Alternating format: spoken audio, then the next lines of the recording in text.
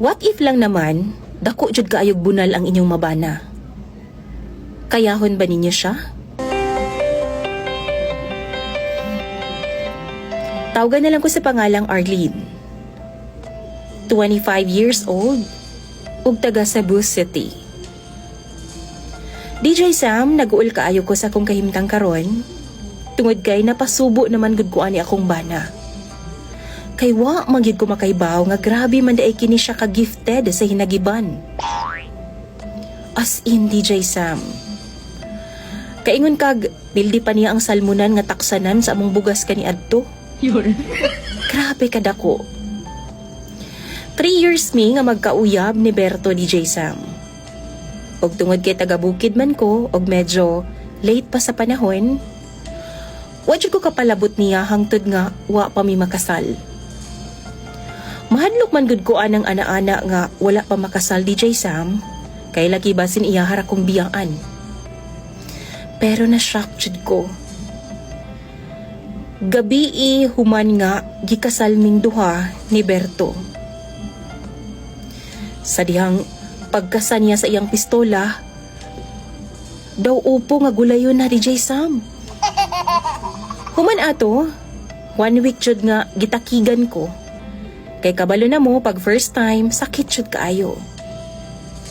Human sa isa ka bulan, abi kog maanad ra ko.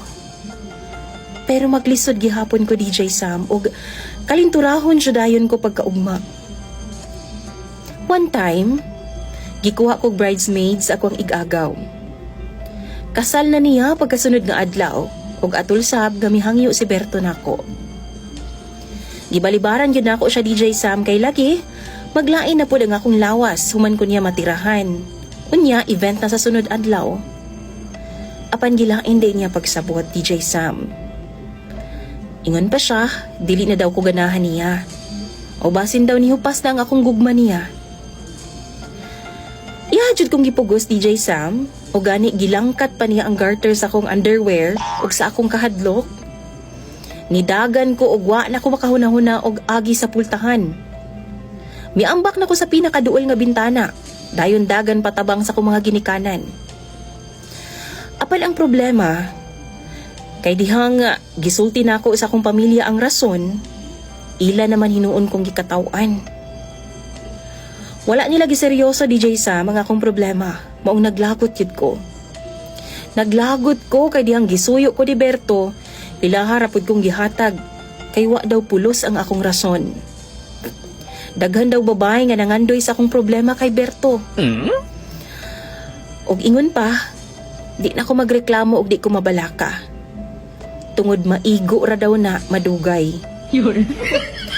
Nibalik jud ko kay Berto, DJ Sam, pero mihangyo jud ko nga dili lang sa niya tirahon kay sakit pa kaayo ang akong batang. Sakit pud ang akong bitiis nga na-injured pa dihang niambak ko sa bintana. Og maayo na lang kay misabot siya. Hulaton na lang daw niya kung kanus ako maayo. Pero ang tinuod, dili na ko gustong maayo pa, DJ Sam, kay sigurado kong tirahon na pud ko niyag taman-taman. Kalinturahon na pud ko, sure na. DJ Sam, unsaon man ni oy? Unta matabangan ko sa imong mga followers. Ang tinuod ana, ga-pretend na lang ko nga kiang, aron nga dili lang jud ko niya matirahan karon. Kung kamo naa sa akong sitwasyon, bulagan na lang ba nako si Berto? Or tinuod ang ilang giingon nga maigo ra ni kadugayan? Tambagi daw ko ninyo og akong basahon tanan sa comment section.